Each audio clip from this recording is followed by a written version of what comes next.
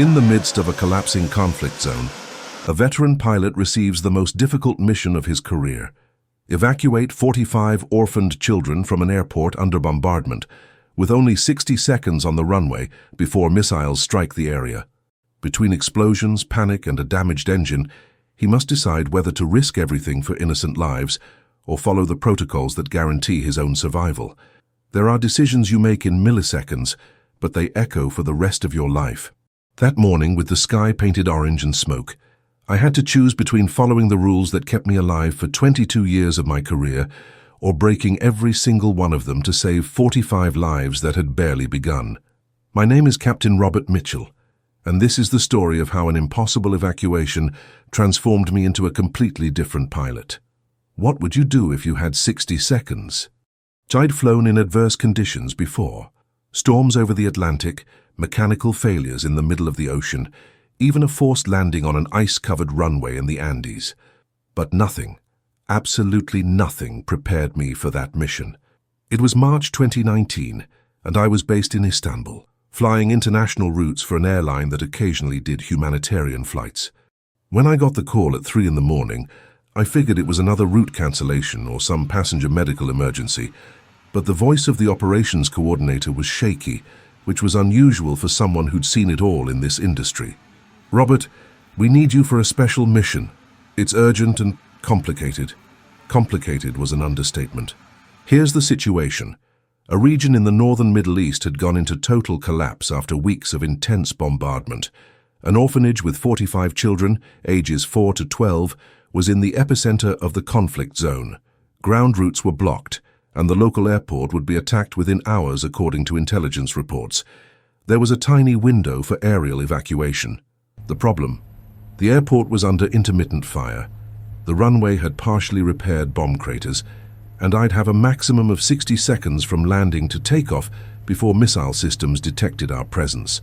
Our aircraft would be a modified Boeing 737-700, no seats in the passenger cabin, prepared for rapid evacuations. My co-pilot would be Michael Thompson, a 28-year-old kid with only 3 years of experience but nerves of steel. When we met in the hangar before dawn, we exchanged a look that said it all. Either we make history or we don't come back. The flight to the evacuation zone was surreally calm. We crossed the Black Sea at sunrise, and for a moment I almost forgot where we were heading. But then, as we approached the restricted airspace, reality hit.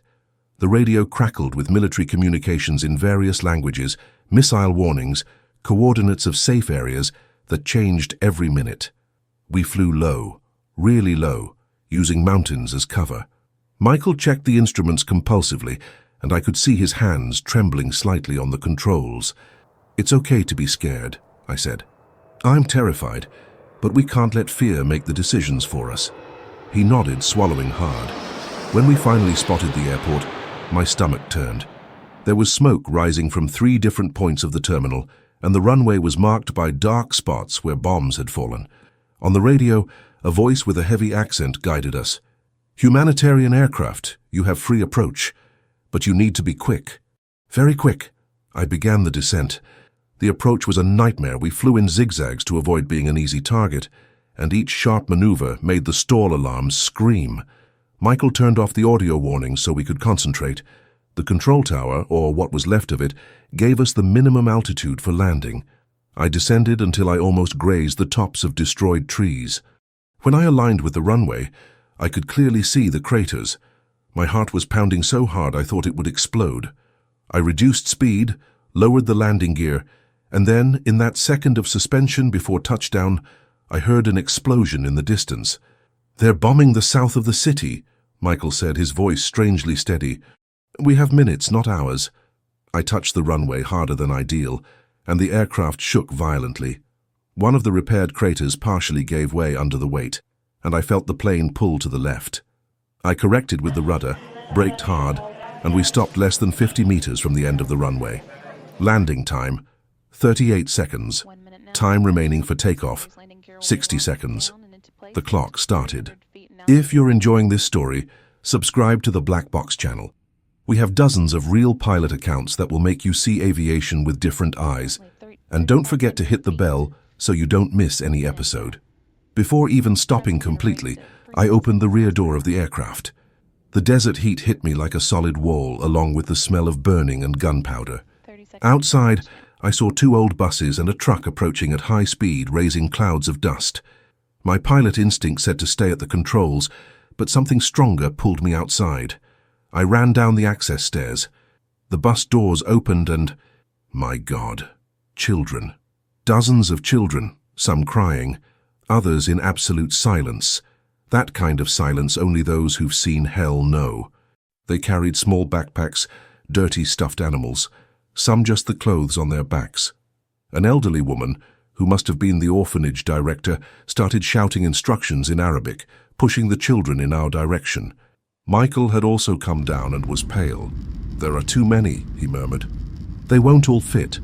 "Yes, they will," I said, with a conviction I didn't know where it came from. "They'll all fit." We started getting the children on board, one by one, 2 at a time, carrying the smallest ones. There was no time to count, to organize, to do anything but move them inside the aircraft as fast as possible. A girl, maybe 6 years old, grabbed my hand tightly and said something I didn't understand, but her look said it all. "Please don't leave me here." I climbed up with her in my arms. Inside the plane, the children crowded without seats, sitting on the metal floor, leaning against the walls, some in the laps of others. One of the teenagers, must have been about 12, started organizing the smaller ones, hugging them, singing softly. It was controlled chaos, human, desperate. Michael went up and down the stairs like crazy, carrying 2 small children at a time. I looked at my watch. 47 seconds had passed, 13 seconds left. There were still 8 children on the ground and the director. Come on," I shouted. The last children ran up, stumbling on the steps. I helped the director, who weighed almost nothing, skin and bone, and practically threw her inside. Michael closed the external door.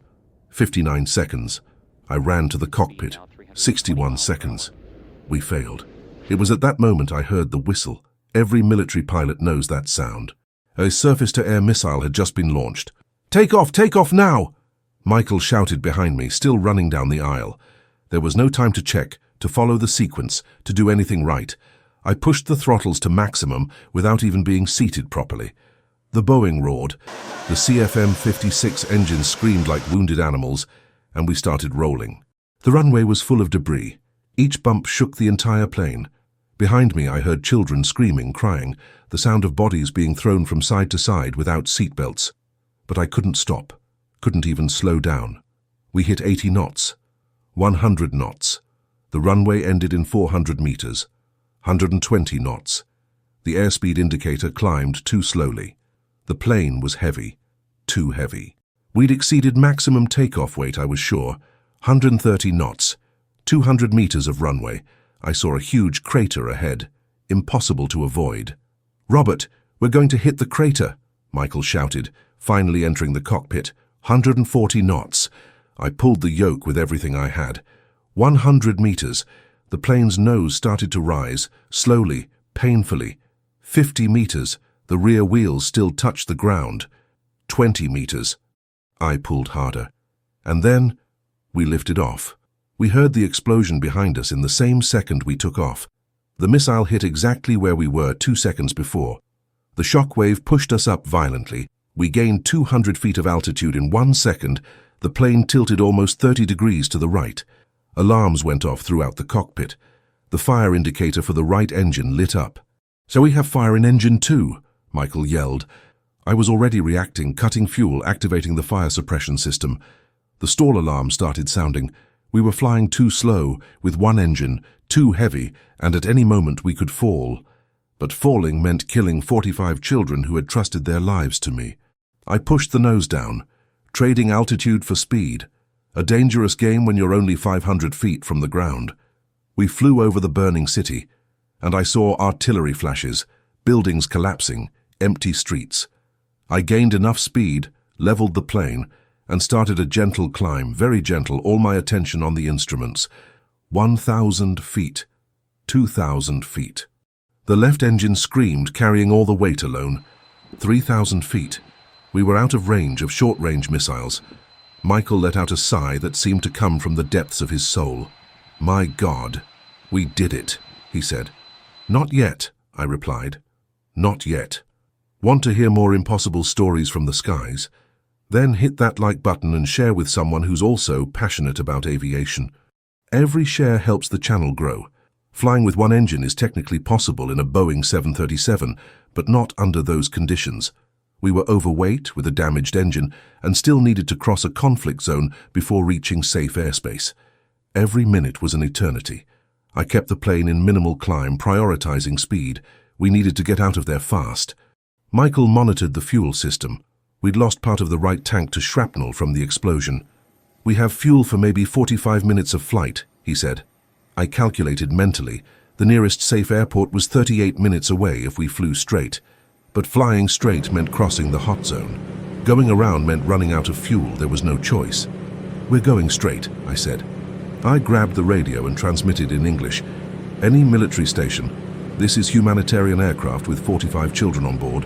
One engine inoperative, crossing conflict zone heading south. Request coverage or safe corridor. Silence. Then, a voice with an American accent. Humanitarian aircraft, this is Griffin 2-4, we're tracking you. Maintain current course and altitude. We'll escort you. 2 F-16s appeared on our wings, one on each side.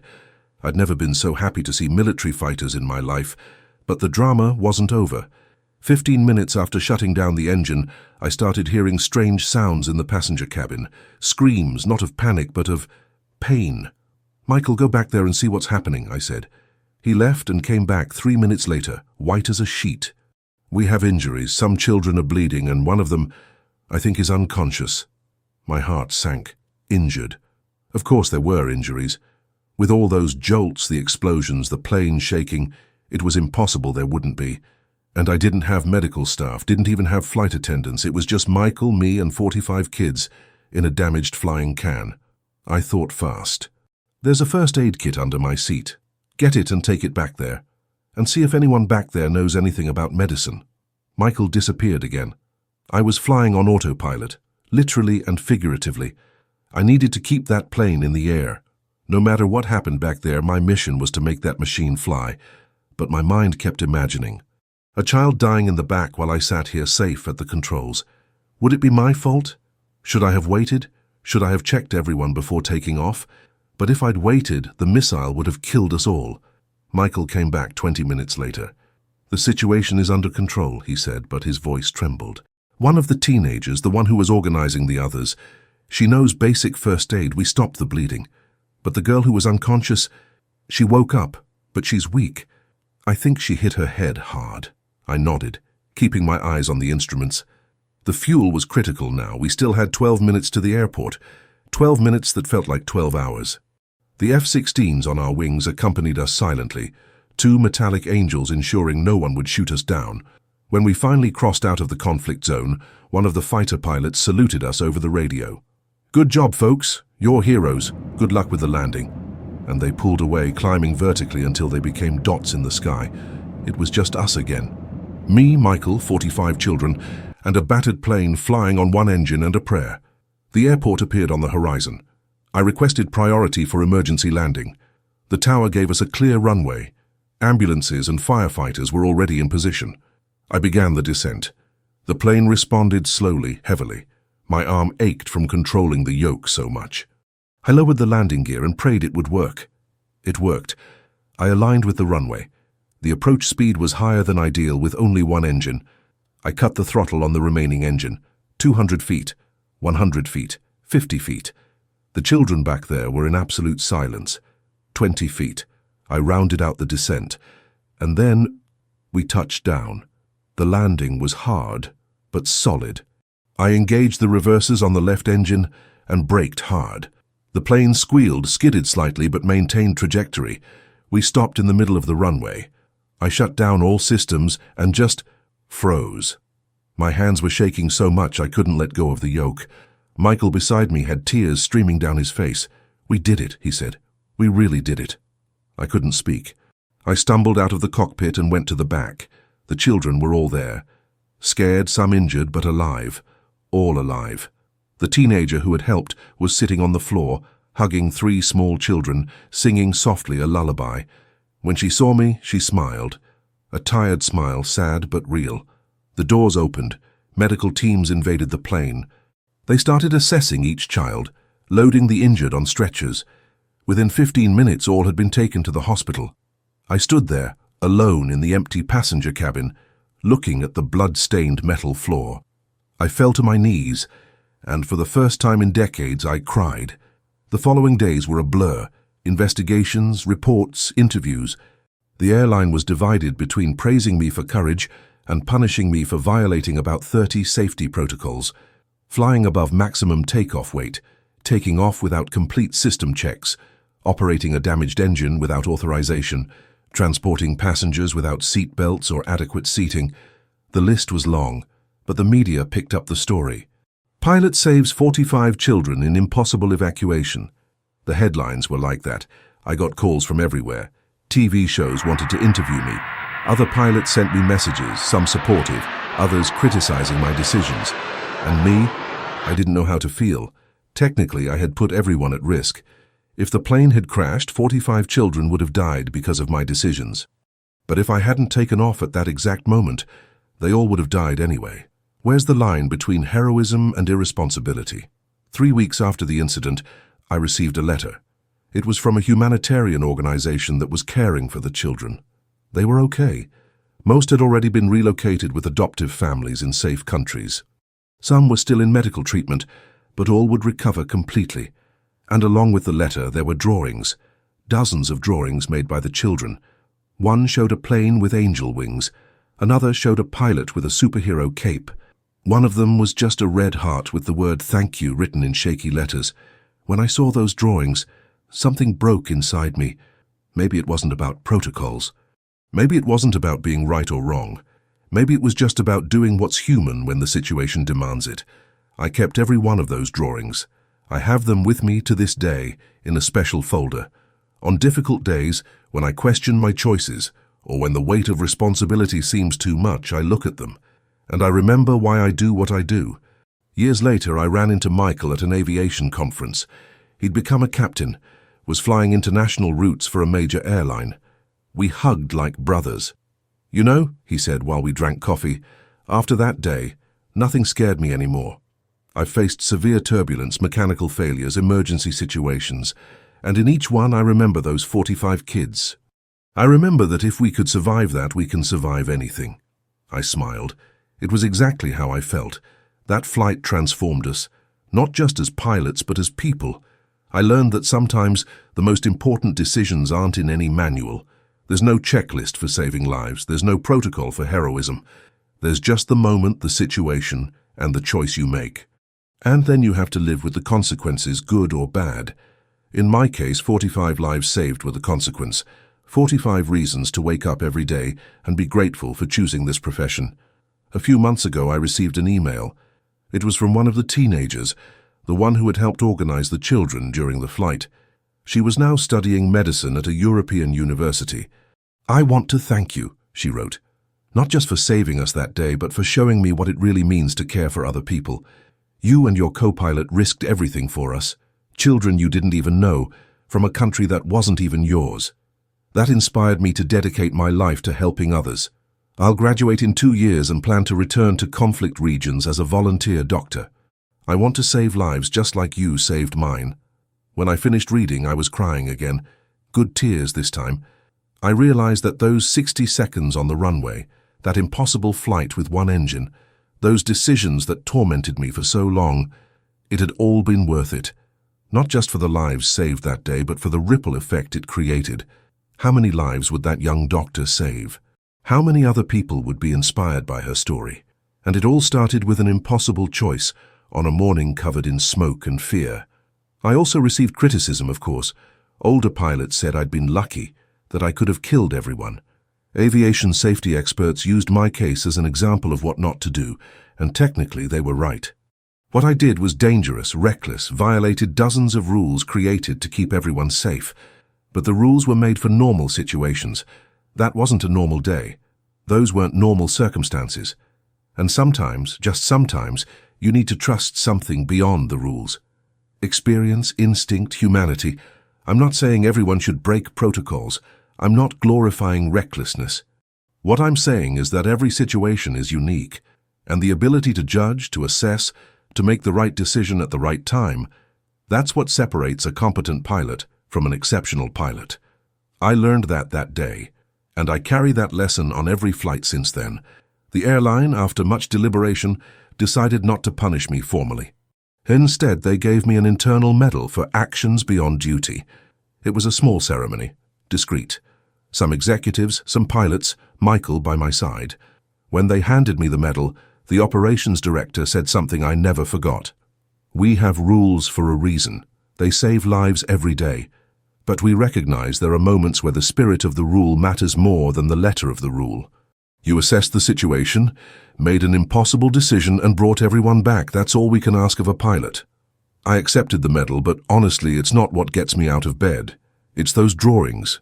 It's the emails from the children, now teenagers and young adults, sharing their lives with me. It's the stories of how they overcame trauma, how they rebuilt their lives, how they became amazing people despite everything they went through. Today, when I talk to young pilots, I always tell this story, not to glorify what I did, but to illustrate the complexity of our job. Because flying isn't just about following checklists. It's about managing crises, making decisions under extreme pressure, and carrying the responsibility of lives in your hands. And sometimes, it's about doing the impossible because there's no other option. Because in the end, it doesn't matter how many flight hours you have, how many certifications you possess, or how perfect your landing is. What matters is whether, when the moment comes, you'll have the courage to do what needs to be done, even when it's hard, even when it's dangerous, even when all the rules say not to. Because there are things more important than rules, like 45 children who deserve a chance to grow, to dream, to live, Before I finish, I want to leave an invitation. If these stories from the skies touch you as much as they touch me, subscribe to the Black Box channel, share with other aviation enthusiasts, and in the comments tell me, have you ever had to make an impossible decision? A choice where there was no right answer, just the best you could do in that moment. That 60-second flight changed my life forever. It taught me that courage isn't the absence of fear, it's acting despite it. It taught me that protocols are important, but can't replace human judgment. And it taught me that every life is precious, worth saving, no matter the risk. I went back to flying normal commercial routes soon after. And you know what's funny? Every flight now seems easy. After evacuating 45 children from a war zone with one engine on fire, dealing with turbulence or a difficult passenger seems like child's play. But I never let my guard down. Never forget that I'm carrying lives. And always say a little prayer before taking off, a prayer of gratitude for having received that impossible mission. Because it reminded me why I became a pilot in the first place, not for the glamour, not for the salaries, not for the travel, but for the ability to make a difference, to connect people, places, lives, and occasionally, when fate allows, to be the difference between life and death for people who desperately need a miracle. I still keep in touch with some of those children. I see their photos growing up, studying, smiling. Some already have families of their own now, and whenever I see those updates, I remember that critical moment. 60 seconds on the runway, an engine on fire, a plane too heavy, and a choice I had to make. It wasn't the safest choice, it wasn't the by-the-book choice, but it was the right choice. And if I had to do it all over again, I'd do exactly the same. Because some things are worth the risk, some lives deserve to be saved at any cost. And some moments define who you really are. That was mine. 60 seconds that became a lifetime of meaning. Today, when I look at the sky and see planes crossing the clouds, I think about all the stories happening up there. Pilots facing challenges, making decisions, carrying responsibilities. Every takeoff is a promise. Every landing is a miracle. And somewhere, between Earth and stars, is the essence of what it means to be human, to care for each other, to protect the vulnerable, to do the impossible because it's right. Those 45 children taught me that. And for that, I'll be eternally grateful for those impossible 60 seconds that changed everything. And if there's one message I want to leave, it's this. You don't need to be a pilot to make a difference. You don't need to fly to save lives. Each of us at some point will have our 60 seconds, that moment where we have to decide between safe and right, between easy and necessary. When that moment comes for you, and it will, I hope you find the courage you need, because the world needs people willing to risk to do good. It needs unlikely heroes in impossible situations. And who knows? Maybe you're next. Maybe your story is the one that needs to be told. And when it is, I'll be here ready to hear it. Because in the end, we're all just people trying to do the best we can with the cards we're dealt. And sometimes, just sometimes, that best is extraordinary. And if you're wondering what happened after, with the conflict zone, with the orphanage, with that devastated region, well, the story keeps being written. Some of the children we saved that day now work for humanitarian organizations, trying to help other children in similar situations. The circle completes itself. Good multiplies. And those impossible 60 seconds transformed into decades of positive impact. That, for me, is the true legacy of a pilot. Not the millions of miles flown, not the perfect landings, but the lives touched. The difference is made. The moments where you were more than just an aircraft operator.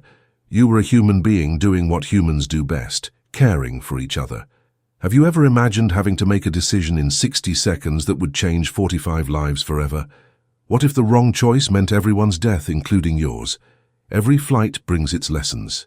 Every takeoff a new opportunity to make a difference. And somewhere in the world right now, a pilot is facing their own impossible moment. Let's pray they have the courage and skill needed, because in the end, we're all crew on the same ship called Earth. And caring for each other isn't optional, it's essential. This story is based on real events. All names have been changed to protect the privacy of those involved. Special thanks to the aviation professionals who share their experiences to make the skies safer. If this story touched your heart, subscribe to the Black Box channel so you don't miss any accounts from the skies. Leave your comment telling which part impacted you most, and share with someone who needs to hear this story of courage and humanity.